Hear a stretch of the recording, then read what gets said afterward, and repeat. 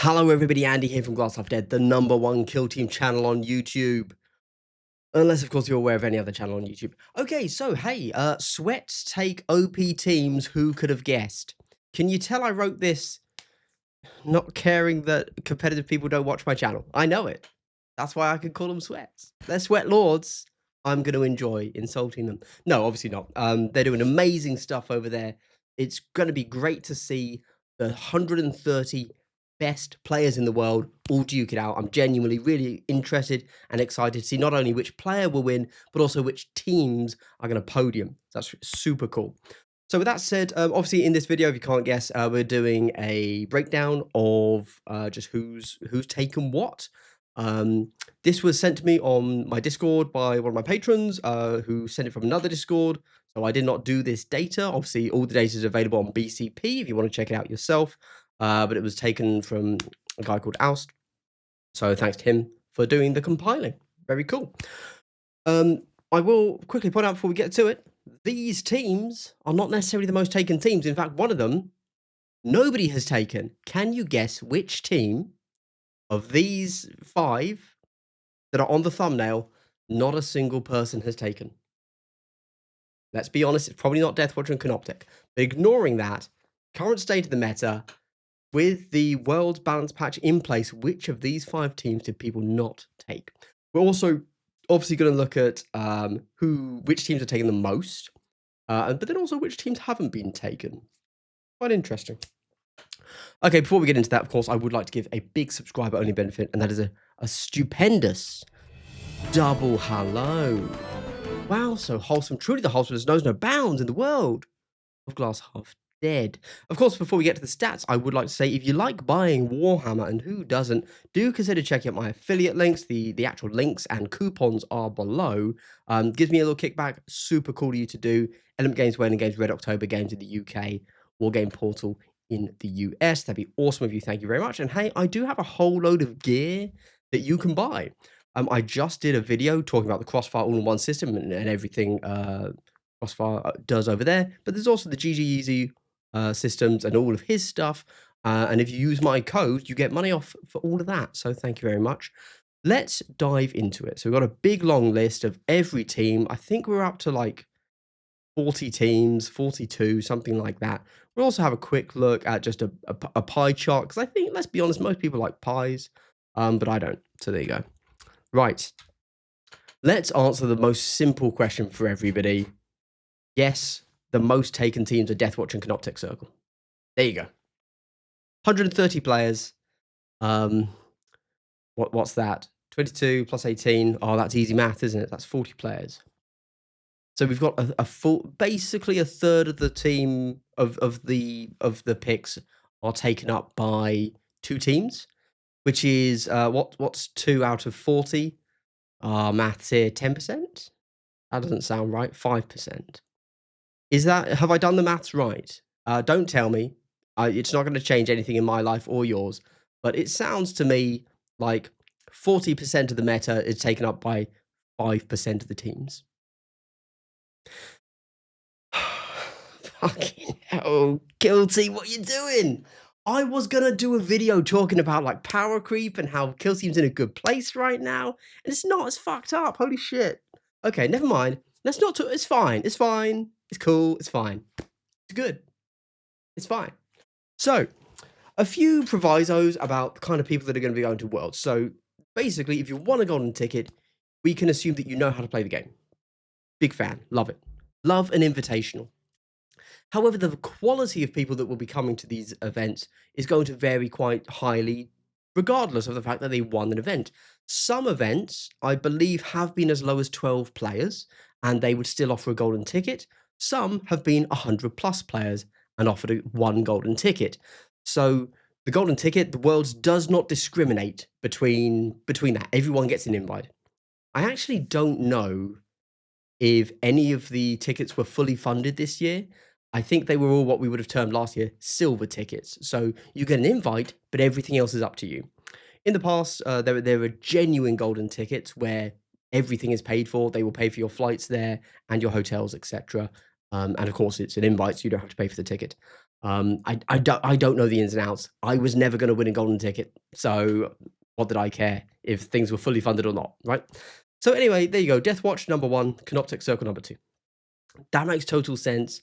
They are 2 very strong teams. Um, Deathwatch are a naturally just great on the data cards teams. You could easily mess up and still win a game. They're very durable. I will say, despite the fact that I just kind of said what's going on, Kill Team, I actually think Deathwatch is a great team. I think it's in a great place. They probably want just the barest of a whisper of a nerf. But like, the nerf back can look at Deathwatch from across the room. That's the kind of nerf they need. Very minor. I think Deathwatch is actually in a good place. Now, with that said, Canoptek Circle, probably, if we had to guess, going to be the winners of the tournament, because we are going to assume that the people playing them don't care about the nerfs they just received. The nerfs were tiny. They were like, you know, minuscule. And the things that were touched were not the things that were winning. Or like Canoptek Circle might have dominated because of those additional things on top, but that's not the reason they were winning. They were winning because of everything else on in their team, on their data cards. Cool. This makes perfect sense. Additionally, although yes, some people are going to be taking teams that they believe they can win with, a lot of people are just like casual players that happen to get a golden ticket. In any 3-round tournament, anyone can win. Like, it's not that crazy to win a 3-round tournament. I don't say that in any negative way. It's just the way Swiss works. Like, you still have to know the game, but very genuinely, people that have got this is like their second tournament and they've only played 10 games ever. And it's like, oh, I won. Whoops. Just because they just had an easy ride, played a good team by accident. Like, don't think of Worlds as every single player there is an absolute cutthroat god of Kill Team, is all I'm saying. Instead, there is going to be a wide range of skill levels, but we can say for sure that they're all going to know the game, and that's awesome. So, Canoptek Circle Deathwatch. Cool. Oh, that's what I was saying. Yeah. So, a lot of people just like Deathwatch. They like Marines, and Deathwatch are the current strongest Marines. So it makes perfect sense that even among an invitational, Deathwatch is pretty solid. Cool. Canoptek Circle, I think, a lot of people do like Necrons. Let's be honest. Let's talk about the popularity of teams when looking at 40k stats. Necrons are a very popular faction. People like Necrons. And after, 2 years of playing Hybrid Circle, and or especially 1 year of playing Hybrid Circle as the best team in the game, they finally got nerfed. And that answers, if we scroll up, where the Hybrid, apparently the nerf has got the top players a little bit shook. And indeed, that was the model on the thumbnail that nobody has taken. Yeah. So I totally understand why nobody's taken Hybrid. It's been around for a long time. So even people that have played Necrons are done with Necrons because you now have a new Necron team. You get to play with new toys for your faction. It makes perfect sense that casual or more casual Hybrid players have moved to Canoptek, possibly. And additionally, top players have seen the nerfs to Hybrid and have gone to Canoptek because Canoptek does what Hybrid does, but into more things and better, right? Cool. All makes sense. So anyway, let's get to the next rung down. So Deathwatch at 22, Canoptek at 18, nothing until 7. So that in itself is, of course, quite telling. Yeah. Deathwatch has, yeah. So for 7 picks each, you have Raveners and you have Nemesis Claw. I think that's it. Yeah. You have Raveners and Nemesis Claw. Again, this makes perfect sense. This tracks totally in line with popularity and pick rates from before the nerf, from before we had Canoptek and Deathwatch. People like Nemesis Claw, they're Marines. People like Raveners, they're Tyranids. This all makes perfect sense. In addition, they are all elite teams. Now, the reason we like elite teams as players is there are fewer ways for you to screw up during the game. And in general, a screw up won't mean you are done from the game because everybody else still left on the board is very strong. Kill Team at its core is a sweat fest. And the reason Kill Team, I don't say that in a bad way. maybe. But the reason Kill Team is a sweatfest is that it's a very lethal game. It's the lethality of Kill Team. If you took the same everything about Kill Team and you just tripled everybody's health, and so people didn't die in one shot, they died in 3 or 4 shots, the game would become more casual. It's the time to kill, stolen from FPS games. It's the time to kill that Kill Team has that makes it a sweat fest, because if you mess up, even as a casual player, you then lose the game. So you cannot mess up. That means you have to make precise measurements. Otherwise, somebody not even being a dick, like they're not abusing any rules, they're not misreading anything, just like, oh, I can see you, I'm going to shoot you. Oh, I've killed you. I was like, yeah, you have, because Kill Team's a very lethal game. And elites give you a chance to not mess up. In addition, just obviously the mental load, where you don't have to deal with as many things on the board. Fewer moving parts. Yes, your moving parts are individually more important, but the crazy thing is that often for the horde teams, or not the horde teams, sorry, the mid teams, like the 10 model teams, your guys are still all equally as important. You just die even faster, you know? Cool. So that's our sevens. We then get the sixes. So those are all in line. That's exactly what I expect. For the sixes, we have Wrecker Crew, we have Felgor Ravagers, and we have Void Dancer Troop. Now that's interesting. So Void Dancer Troop are absolutely OP, and this will be their last run out. So this makes total sense. I'm not surprised we're seeing Void Dancer Troop. Everything I said about elites holds true. You're all good at doing things. This is a great team. They have bullshit shenanigans. I am shocked they haven't been nerfed and have been left around untouched for as long as they have for this entire year. Absolutely diabolical team. Cool. I'll talk about Fogo Ravagers in a moment, because I know more about Wrecker Crew. I think Wrecker Crew are a great team. Really like them. They've just had the buff, which means they can now play on Into the Dark and Tomb World. They're in a great place. There you go. I also think actually Wrecker Crew have a good match into Deathwatch. I don't know how their match is into Canoptech. I haven't done that myself. But into Deathwatch, even players, I'd actually give it to the Wrecker Crew. On Volcus, I don't know so much about Tomb World or Into the Dark, but I think on Volcus, Wrecker Crew have that match. Again, 50-50, right? Like player skill, who gets initiative. It's a tight game, but Wrecker Crew can win it.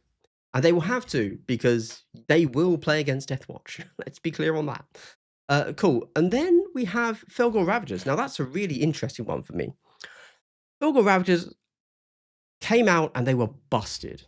And the nerf they took that top players felt nerfed them into oblivion and made them no longer good was that they could be killed when they're in frenzy, which makes sense. But you have to get a crit, and that's it. If you get a crit after you've put them in frenzy, they're removed.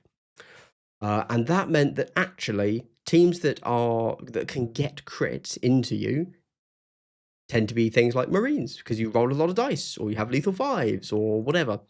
And so therefore, Felgor kind of fell off, because at the end of the day, no matter what you say, we will always be in a Marine meta.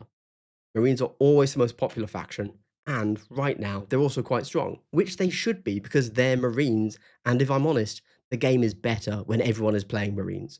The game is better faster. The game is faster when you're playing elites. It's just that simple.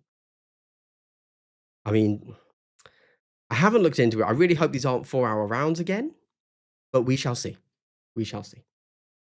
Let's not talk about last year. Hopefully they've learned what blue tack is, and they can blue tack some of the terrain and objective markers down, right? Cool. So that's our sixes. We then go down to the fives, and I think the fives is the last thing I'll talk about from how many, because fours, threes, whatever. So from the fives, we have Aquilons, Mandrakes, Blades of Cain. Done. These are 3 great teams. I'm actually quite surprised that these 3 teams have only been picked 5 times. Like, I think Aquilons are in a good spot. Obviously, that 11 model, but like hitting on an 11 model team that hits on threes. Mad. What a team. My God, they're great. They've got access to AP2. They're good into the Marine meta. They're loving life at the moment. I'm shocked there's only 5. Likewise, Mandrakes, I think, are such a solid team. I think they do great things into many different teams. I actually played against them twice on the weekend. I was Deathwatch, he was Mandrakes. Um, it's not a simple game, but if your opponent could just fluff like one roll, you win. It's a very, very tight game, and it obviously is based on your shenanigans. The good thing about Mandrakes and their shenanigans is that you can easily use their shenanigans. Their incredibly high movement rate, of course, will be the first thing you plan out. And as Deathwatch, you only have 5 models. If you want to hold the back, fine, there goes somewhere else.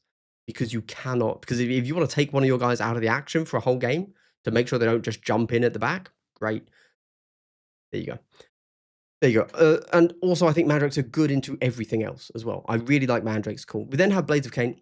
Blades of Cain, I'm actually, again, surprised there's only 5 people taking them. Blades of Cain have had a very good win record of late. They are one of the top teams over the last few months. And after people found out how they work after LVO in January, people have been doing very well with them. They're a good team. They can do well into many different types. Their negative is that, going into the Marine meta, you're going to have a lot of tough games. Don't get me wrong, they do beat elites, but it's not an easy game. It's not like turn your brain off, charge game. You have to know what you're doing. You have to know how you're doing it. And if you don't know the enemy team, or you get a fluff, you can fall. It's a bit of a tough one. But in general, I like Blades of Cain as well. Cool. Okay, with that said, let's look at who isn't taken, because that's equally interesting. We'll start from the top. So Deathcore Pathfinders, fine. Deathcore have sucked the whole edition. They clearly just don't want to buff them for some reason. Don't know why. Pathfinders got buffs. People played them again and just, I guess, decided they weren't good enough. Don't know why, really. If we look down to Eliciting Starter Riders, all of these teams, Commandos to Eliciting Starter Riders, that's our season 1. This will be the last outing for so many of these teams, or all of these teams, sorry. So it's quite interesting to see that so many people are taking them, and also absolutely terrifying to see that Void Dance Troop haven't been nerfed in a way that matters at all. Cool. Now, Gelapox nobody taking. That makes total sense. AOD, 0 picks. This is after the buffs. And I think that clearly a lot of these players are going to Worlds. A lot of good players have looked at the buffs and said, that doesn't help. And they've not taken them. Now, it's great that on the casual scene, perhaps, people that want to play AOD because they're straight out of the starter set have slightly better stats. But again, yeah, just not in ways that matter, I think. So, cool. Nice. A really fine balance that GW has to walk on that tightrope. Somebody suggested in my comments on one of my last videos that they could buff AOD by making Dueler once per turn. You can double block with the crit. And I think actually that might be the trick. A single double block? Yeah. However, again, the problem there is everybody will still have to run Dueler. So if we assume that what you're trying to do is make all of the chapter tactics better so that Dueler isn't an auto pick, you have to make everything better still. At the moment, people are seeing Angels of Death and saying, I don't have Dueler, I'm not going to play them. Especially now that Deathwatch is just the more fun, better team. That's a real pickle as well. So, odd as it might sound, I actually think that AOD not being picked in Worlds isn't a big deal. I have no doubt that new players are still going to be running their AOD because it's in the starter set, and those people are not yet going to tournaments. Breachers, yeah, I don't know. They got a buff, but it didn't seem to spike the meter or whatever we say, which is interesting. I'm interested to see the Far Stalkers. They would be a real outside win. I'd love to. Far Stalkers aren't my team. The Kim Band isn't a team I want to go and learn to play, but if they won, that would be genuinely impressive. I think, for me personally, more so than any of these, right? Like if Wormblade win, I don't care. If Warp Coven win, I'm like, yeah, well, they're still Warp Coven, right? But if Kroot won, I would genuinely be like, oh, how well, get him somebody that's good at the game, get him on a podcast. I want to know. I want to know what he did, right? I want a breakdown of every game. That would be legitimately interesting. So we then go to Exaction. Oh, sorry, that's not what I'm doing. Kassakin, 0 picks. This is after the buffs, and again, I agree with the world's players here. The buffs weren't what Kassakin needed, and they're still a bit of a boring team. Now, I don't think that's bad. I think that having a team that is kind of your basic shooting 10-man team, that's what Kassakin are, is good. The problem is, Kassakin are still just worse Aquilons. I think that Kassakin are maybe the best example of power creep in the game. Because it's not just, hey, does GW release stronger models to push sales? It's irrelevant.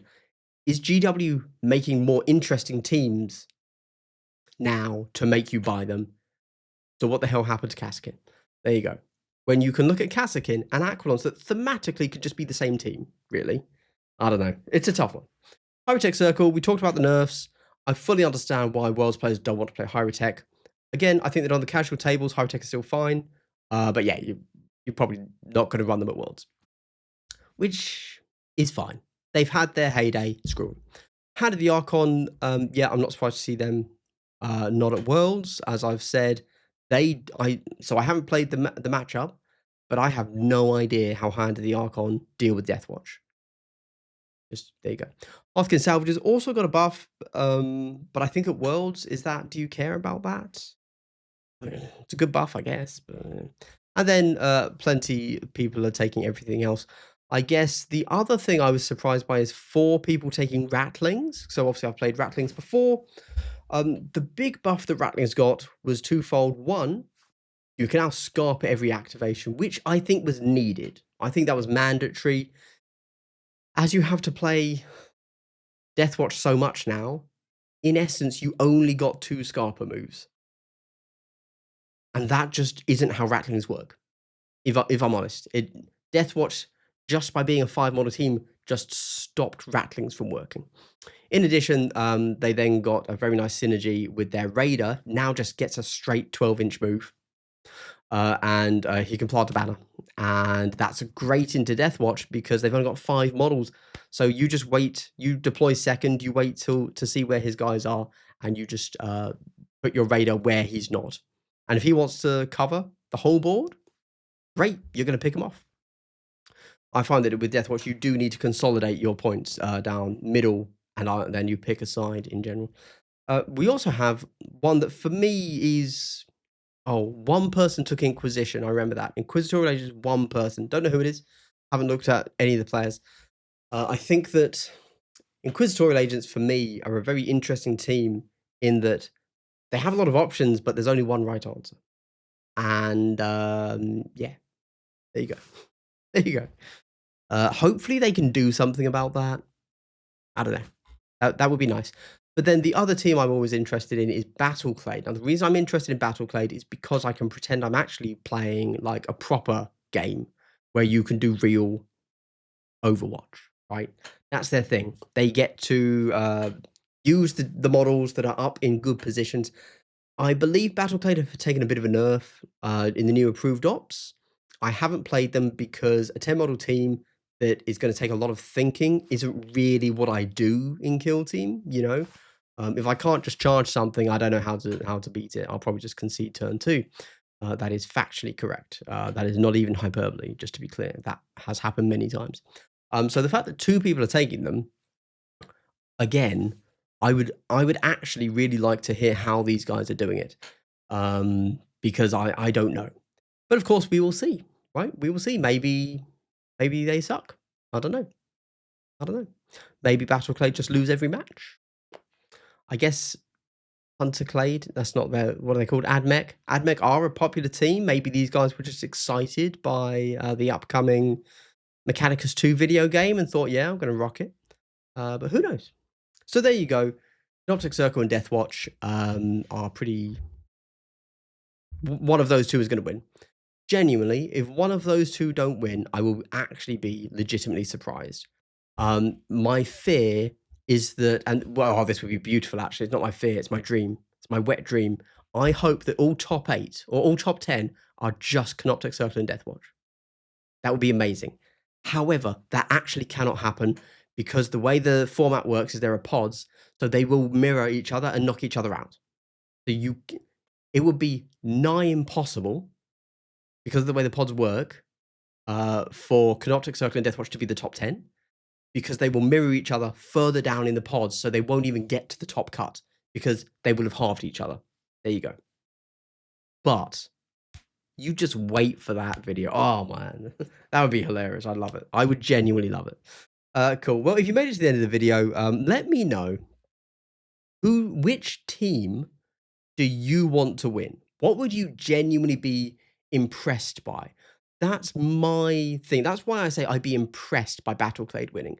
I'd be impressed by Kroot winning. And that's what I look for in Kill Team now. I know what teams are good. I know what teams I enjoy playing. I cannot play Battleclade. I cannot play Kroot. So I want to see somebody play with them and win with them so that I can be impressed by somebody doing something I can't. If Canoptek Circle and Deathwatch win, if Raveners win, if Nemclaw win, if Wrecker Crew win, I can play those. I don't care. That's not exciting. I can do that with a bit of time and the luck of the dice on me. I could do it, but I couldn't do Battleclade. You know, that's exciting. Cool. Well, anyway, if you made it to the end of the video, I'd like to give you a big triple hello. Thank you so much. Very genuinely. Look, I love looking at some numbers. I think we all do, but thank you so much. And hey, if you want to check out Element Games, Whaling Games, Red October Games in the UK, War Game Portal in America, that'd be awesome. Thank you very much. And also Crossfire Games or GG Easy Games on Etsy or their website. And if you use my code, not only do I get a kickback, but you also get money off. And don't forget to use my code for this as well. You're cool. I'm cool. Let's all be cool.